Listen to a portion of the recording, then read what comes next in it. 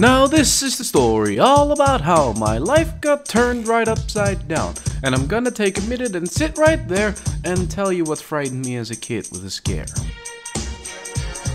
Okay, so I'll start off this video with an SJW warning. If you are easily triggered by even small things, or look for evil in even the most innocent of things like a child's fear, get a life and drop the lance, Mr. White Knight. You're not welcome here. Welcome to this series where I tell you non-exaggerated stories of things that happened in my life so I kill any chances of ever becoming YouTube famous. So let's begin. So when I was a kid, there were a few things that scared me. I'll save others for possible future videos, but for today's childhood fear, as a little kid, one of my most irrelevant fears was appearance-altering handicaps.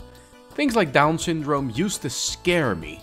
Now this isn't a fear that just came out of nowhere, it has an origin for existing, which is where the storytelling part comes in. This is my first encounter with a mental disability. I used to do a lot of swimming as a kid. This story takes place when I'm 9 years old. For 3 years all was normal, and nothing was out of the ordinary. Just a bunch of kids of similar ages and physiques doing our swimming lessons and getting diplomas.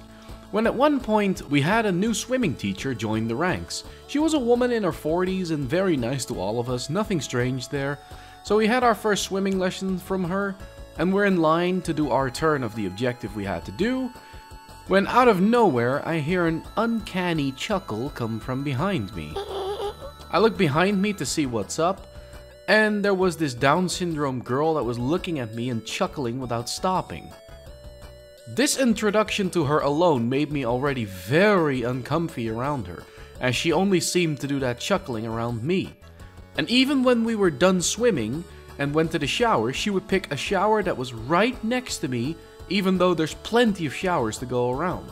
Next swimming lesson comes around, and this time I made sure I was all the way in the back, so she couldn't stand behind me. She wasn't there. I was puzzled and tried to think of a reason why she wouldn't show up. The teacher came walking in and started with the first kid in line. Boy, do I regret not going more in front like I usually do. When out of nowhere, I hear the familiar chuckling again. I felt my stomach sink and turned around. There she was again, looking at me and scaring me again. The lesson continued with her constantly following me and doing that chuckle. Eventually we have another go for our diplomas, and this is where the biggest part of my fear comes in. So I went to the swimming pool like the usual, got inside, went to the dressing room, closed the doors, and started getting ready to swim like I always do. I was naked and about to put my swim shorts on when I hear the chuckling again, but this time lower. I looked down and saw her face looking up at me from below the doors. I straight up screamed in terror, and she quickly pulled away and ran off. The new teacher came running and knocked on the door to check if I was okay. I got out of the dressing room after I pulled my shorts on and explained what happened and that she scared the crap out of me. I was then requested to get dressed and leave the swimming pool by the teacher. I was confused and asked, "But why? I didn't do anything. She was peeping at me while I was naked. And she laughs at me in a creepy manner." She then loses her cool and shouts, "That's my daughter!" I was silent.